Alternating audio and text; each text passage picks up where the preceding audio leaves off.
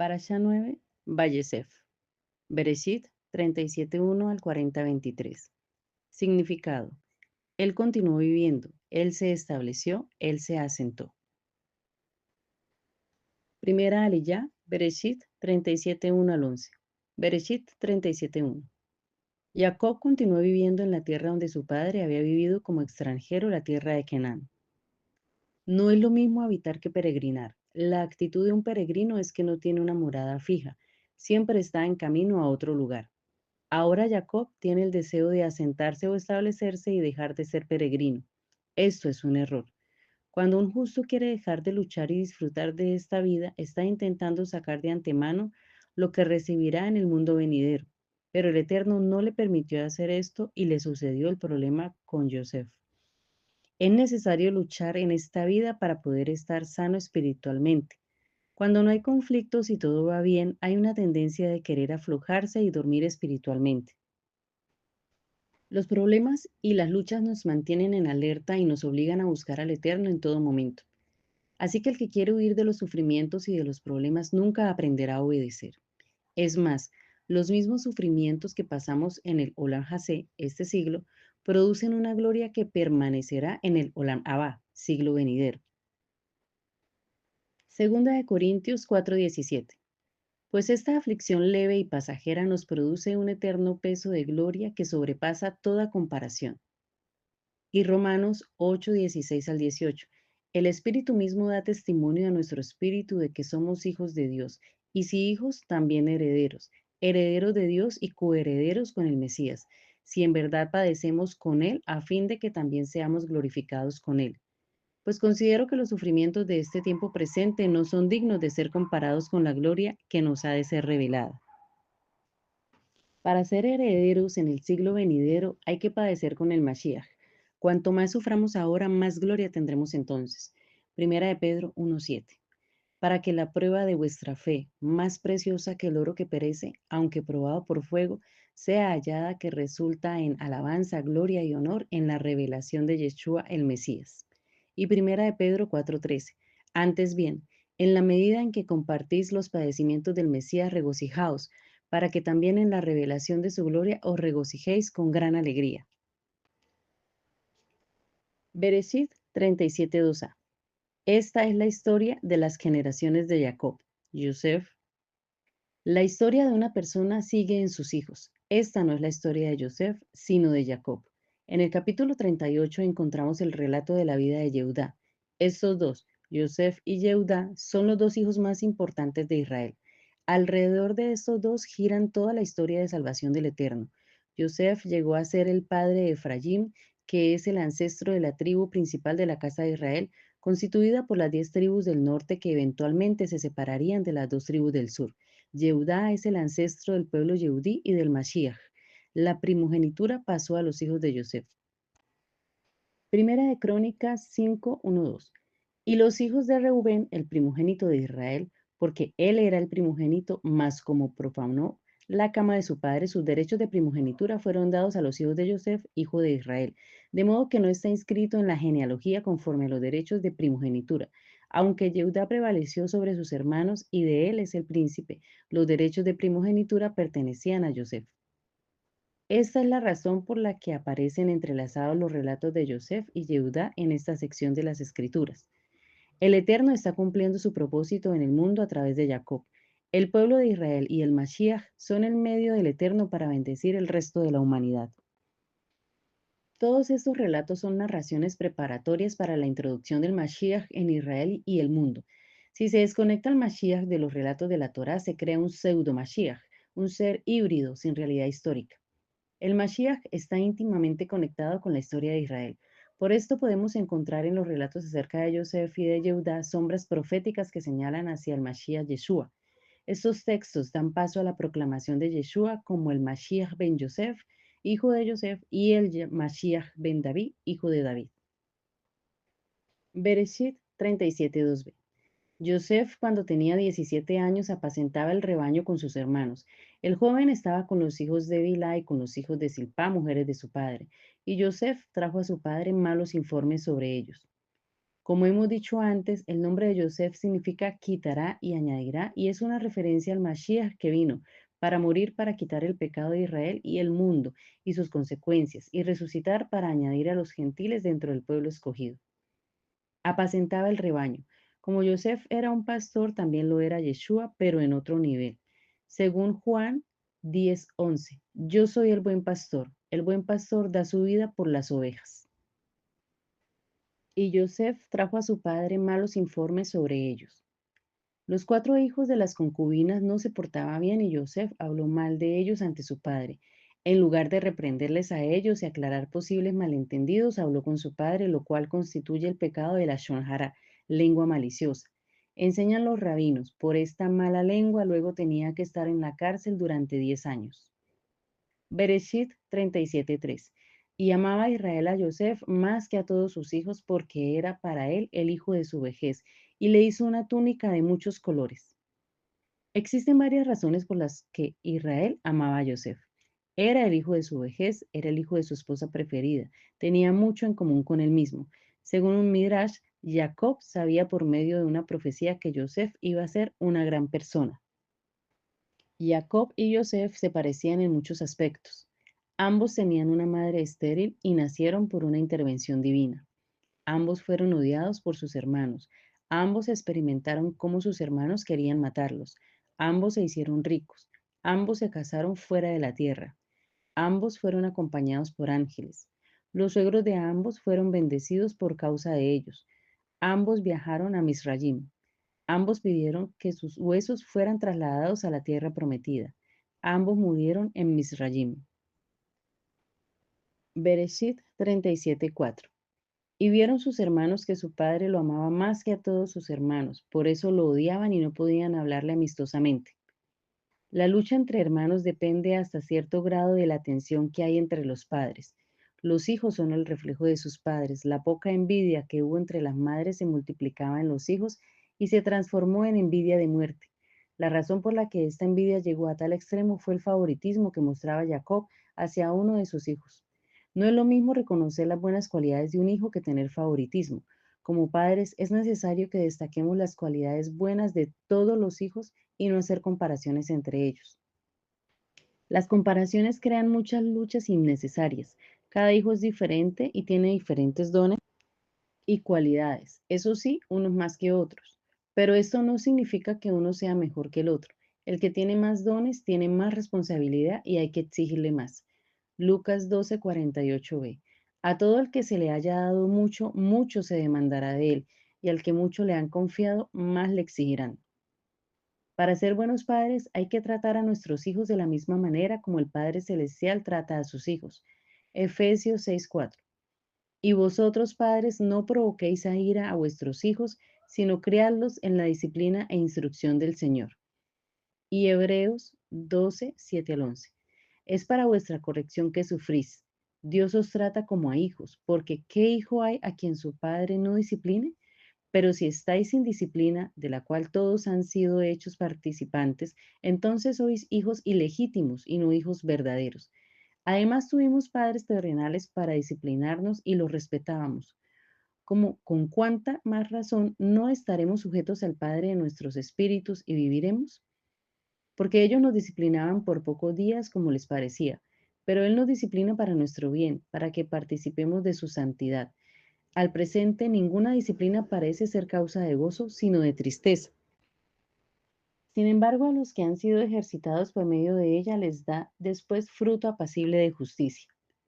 Es importante destacar las virtudes de nuestros hijos en todas las diferentes áreas en que el Eterno les haya dotado. A pesar de la situación crítica en la familia de Israel e incluso por medio de estas tensiones familiares, el Todopoderoso en su infinita sabiduría lleva a cabo su plan de salvación para Israel y el mundo. Él puede usar nuestra carnalidad para cumplir su propósito. Bendito sea su nombre. Los hijos de Lea nacieron con un complejo de inferioridad y de rechazo heredado de su madre. Como Lea se sentía menospreciada por Jacob porque él prefería a Rachel antes que a ella, su sentimiento pasó a los hijos. Una persona con ese complejo siente que otros son amados y yo no. Otros son apreciados, pero yo no. Otros son aceptados, pero yo no. El complejo de inferioridad lleva a la persona al autodesprecio. No importa cuánto se esfuerce, nunca se sentirá contenta consigo misma. Este complejo es formado por actitudes y palabras de los padres, incluso desde antes de nacer. Un niño que ha sido engendrado por padres que no deseaban tener hijos está acomplejado desde antes de nacer. Un niño que oye palabras como tú no vales, qué malo eres un pesado, no quiero verte, ya no te quiero, es acomplejado por sus padres. Las palabras de los padres tienen muchísima influencia en la formación del carácter del niño, especialmente durante el primer tiempo de su vida.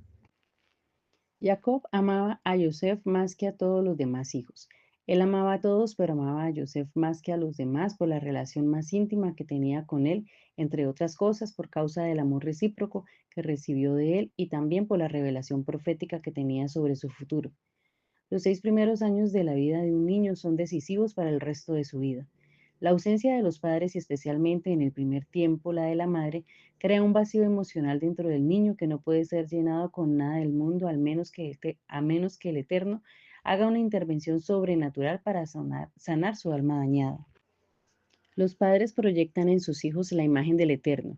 Los niños reciben una imagen del Eterno según haya sido sus padres con ellos. Si un padre nunca está en casa para dedicar tiempo con sus hijos, los hijos van a creer que el Eterno está ausente y no está interesado en sus vidas.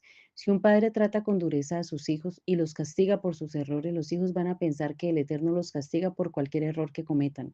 Hay padres que pegan a sus hijos cuando cometen errores, no cuando son rebeldes. Esto crea un trauma en el niño que difícilmente es quitado. Este niño tendrá problemas en su relación con el Eterno.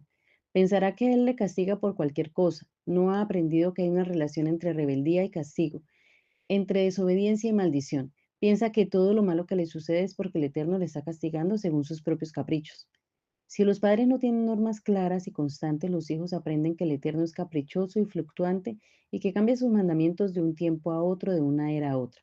Si los padres prometen cosas a sus hijos y luego no las cumplen, los hijos van a dudar de las promesas eternas del Padre Celestial, que no puede mentir. Si los padres dicen mentiras entre ellos o a sus hijos, los hijos van a pensar que la Biblia no es verdad y que el Eterno se puede engañar a los hombres. Si los padres no valoran y premian el esfuerzo de los niños, eventualmente perderán su interés en progresar en la vida y pensarán que no son aptos para servir al Eterno. Si un padre hace comparaciones y muestra favoritismo entre los hijos, van a pensar que algunos hijos del Eterno son favorecidos más que otros y esto crea envidias, luchas y endiosamientos idolátricos de los líderes entre el pueblo del Eterno.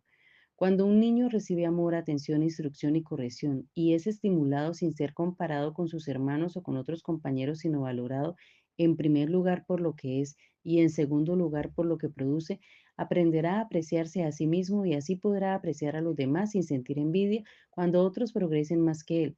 El remedio de la envidia es el amor. Primera de Corintios 13, 4b. El amor no tiene envidia.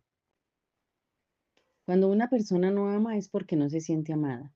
Primera de Juan 4:19. Nosotros amamos porque Él nos amó primero. El que da amor a otros es porque ha recibido amor. No puedes dar algo que no has recibido.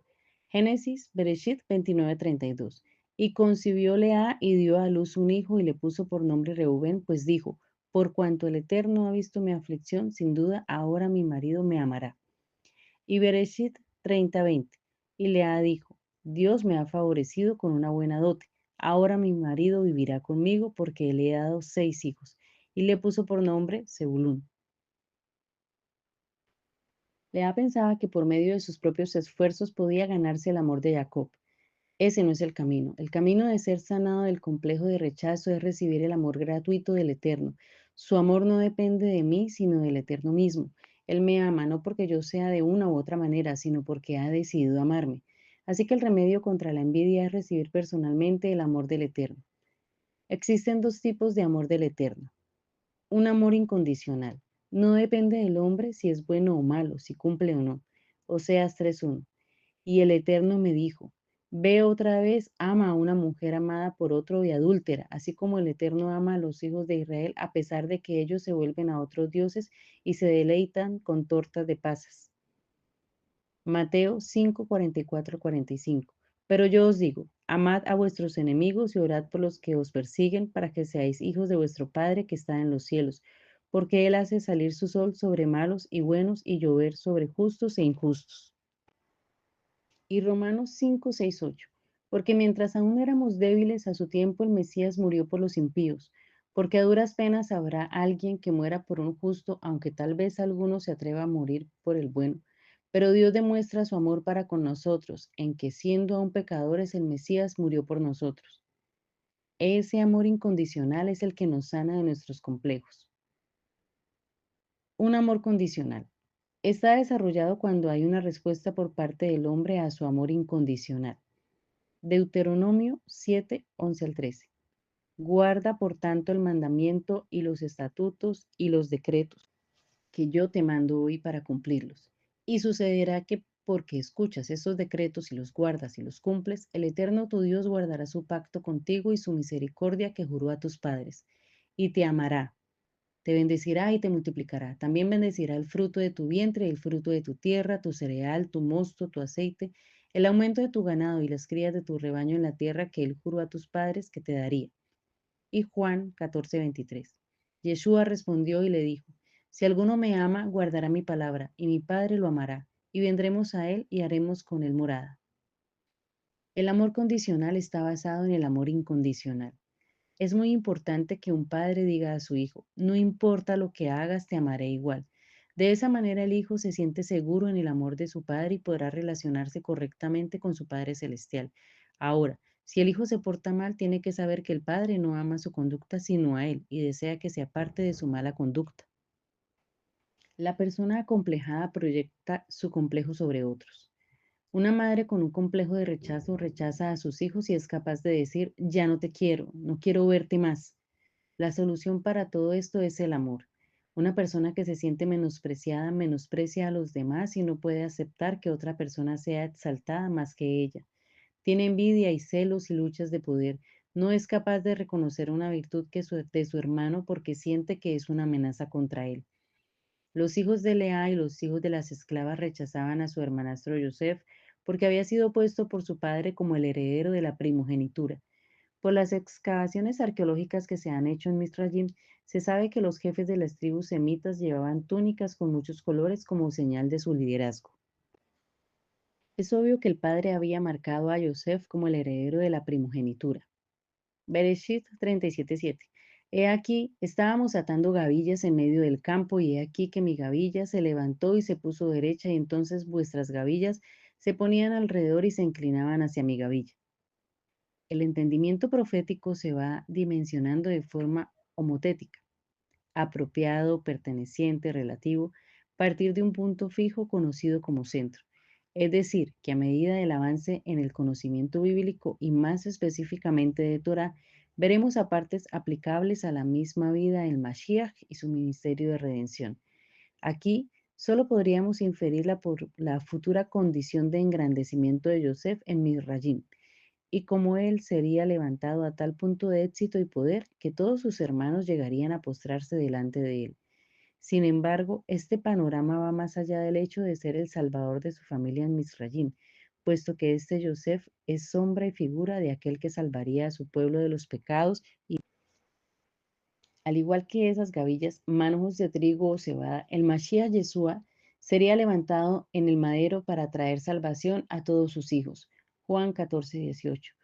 Yo no los dejaré huérfanos, vendré a ustedes.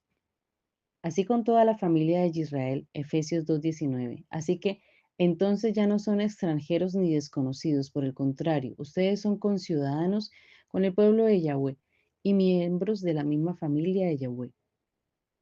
Esta es la mismísima casa de Efraín, el descendiente primogénito por bendición de Jacob, quien lo adoptó como su propio primogénito en Génesis 48. Además es confirmado en la voz del profeta Jeremías en 31:9. Ellos salieron gimiendo y yo los traigo de vuelta con consolación, causándolos alojarse por arroyos de agua sobre sendas allanadas. Porque yo soy un padre para Israel y Efraín es mi primogénito. Y así salvarnos de la muerte espiritual por estar inmersos en la sequía de la palabra y sin el Espíritu del Eterno en nosotros, alejados de nuestra verdadera ciudadanía. Ese lugar de honra como su nación fue perdido a causa de nuestro pecado y fuimos dispersados entre todas las naciones de la tierra. Bereshit 37:8. Le odiaron por sus palabras. También Yeshua fue odiado por sus palabras. Juan 15, 22, 25, 17, 14. Si yo no hubiera venido y no les hubiera hablado, no tendrían pecado, pero ahora no tienen excusa por su pecado. El que me odia a mí, odia también a mi Padre. Si yo no hubiera hecho entre ellos las obras que ningún otro ha hecho, no tendrían pecado, pero ahora las han visto y me han odiado a mí y también a mi Padre. Pero han hecho esto para que se cumpla la palabra que está escrita en su ley. Me odiaron sin causa. Yo les he dado tu palabra y el mundo los ha odiado porque no son del mundo, como tampoco yo soy del mundo. Bereshit 37:9. El sol, la luna y 11 estrellas. El sol hace referencia a Jacob, la luna hace referencia a la madre y las 11 estrellas se refiere a los hijos de Israel. Bereshit 15:5, 22:17, 26:4. Este sueño no se ha cumplido en Joseph. En primer lugar, no vivía su madre Rachel. Bilhá se había ocupado de él y su hermano Binyamin desde la muerte de Rachel. El padre dice que es imposible que él y su madre se inclinen ante él. Esto tiene dos sentidos. Uno, Rachel ya estaba muerta y no podría inclinarse ante Joseph. Dos, era absurdo que un padre se inclinara ante su hijo, lo cual no pasó en Mizrayim. Así que este sueño es una muestra de que Joseph es una figura profética del futuro Mashiach. Este mensaje muestra que todos aquellos hijos de Israel que son estrellas se inclinarán ante el Mashiach, incluso los mismos patriarcas Abraham, Isaac y Jacob. La Torá muestra aquí que el Mashiach es mayor que los padres. Este sueño profético es también una evidencia acerca de la resurrección de los muertos. Si Jacob y Bilhá, y mucho menos Rachel, no se inclinaron ante Joseph en Misrayim, tiene que haber una resurrección de entre los muertos para que esta profecía tenga su cumplimiento. Entonces Rachel, la madre de Joseph, se inclinará ante el Mashiach ben Joseph, que es Yeshua, hijo de Joseph. La resurrección está relacionada con el sol, la luna y las estrellas, según 1 Corintios 15, 41 al 42. Hay una gloria del sol y otra gloria de la luna y otra gloria de las estrellas, pues una estrella es distinta de otra estrella en gloria. Así es también la resurrección de los muertos. Y Revelación 12, 1 al 2, 5, 6.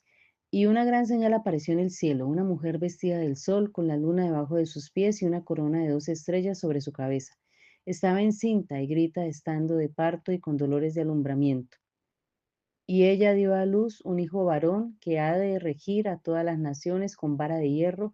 Su hijo fue arrebatado hasta Dios y hasta su trono. Y la mujer huyó al desierto donde tiene un lugar preparado por Dios para ser sustentada allí por 1270 días. 1260 días.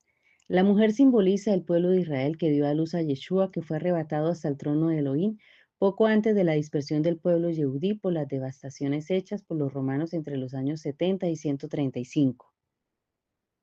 Bereshit 37:11a. Y sus hermanos le tenían envidia. Dice Mateo 27:18, porque él, Pilato, sabía que le habían entregado por envidia.